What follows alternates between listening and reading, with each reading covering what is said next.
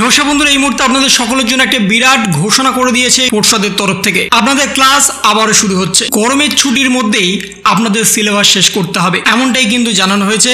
কারণ গরমের ছুটি এগিয়ে আনা হয়েছে, তার ফলে আপনাদের গরমের ছুটি 10 দিনের বদলে 1.5 মাস হয়ে গেছে। তাহলে কিভাবে আপনাদের সিলেবাস শেষ করা যাবে? সামনেই মাধ্যমিক এবং উচ্চ মাধ্যমিকের রেজাল্ট, তারপরে তাদের নতুন ক্লাসে ওঠা, তারপরেই সঙ্গে সঙ্গে শুরু হয়ে যাবে তাদের সেমিস্টার সিস্টেমে পড়াশোনা, এবং সেমিস্টার সিস্টেমে পড়াশোনার মাধ্যমে তাদের নভেম্বর মাসে পরীক্ষা আছে। তাহলে কিভাবে শেষ করবে সিলেবাস? সেই জন্য পর্ষদের তরফ থেকে জারি করা হয়েছে এবার গরমের ছুটির মধ্যেই আপনাদের ক্লাস করতে হবে, কিন্তু সেটা বাড়িতে বসে অনলাইন মারফত। কোভিডের সময় যে পদ্ধতিটা চালু করা হয়েছিল সেই পদ্ধতিটাকে আবারও সক্রিয় করা হচ্ছে সমস্ত স্কুলে, এবং সেখানেই বলা হচ্ছে ফের অনলাইনে ক্লাসের সক্রিয়তা স্কুলগুলিতে।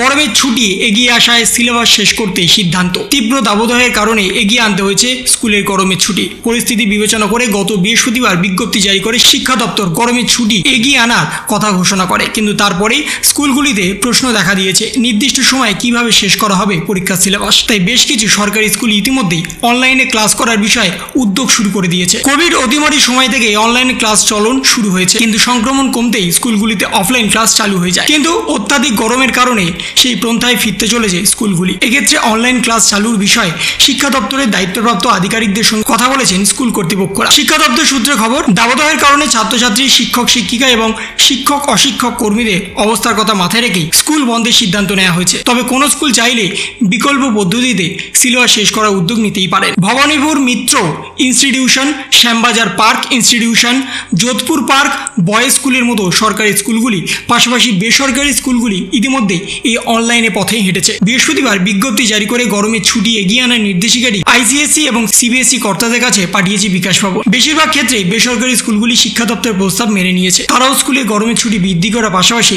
অনলাইন ক্লাস চালু করার পথেই হাঁটছে। কিন্তু এখনো পর্যন্ত সমস্ত স্কুল এই সিদ্ধান্তে আসেনি যে তাদের স্কুলে ছাত্রছাত্রীদের অনলাইন ক্লাস করানো হবে, কারণ বেশিরভাগ গ্রামের স্কুলের ছেলে মেয়েদের অনলাইন ক্লাস করানোর মতো সেই ফেসিলিটি নেই। তাহলে তারা কিভাবে অনলাইনে ক্লাস করবে সেই প্রশ্নটাও কিন্তু থেকে যাচ্ছে, এবং তার সাথে সাথে কিভাবে সিলেবাস শেষ করা হবে গরমের ছুটি শেষ হলে, সেই বিষয়ে কিন্তু এখন চিন্তায় পড়েছেন সমস্ত স্কুলের শিক্ষক শিক্ষিকারা।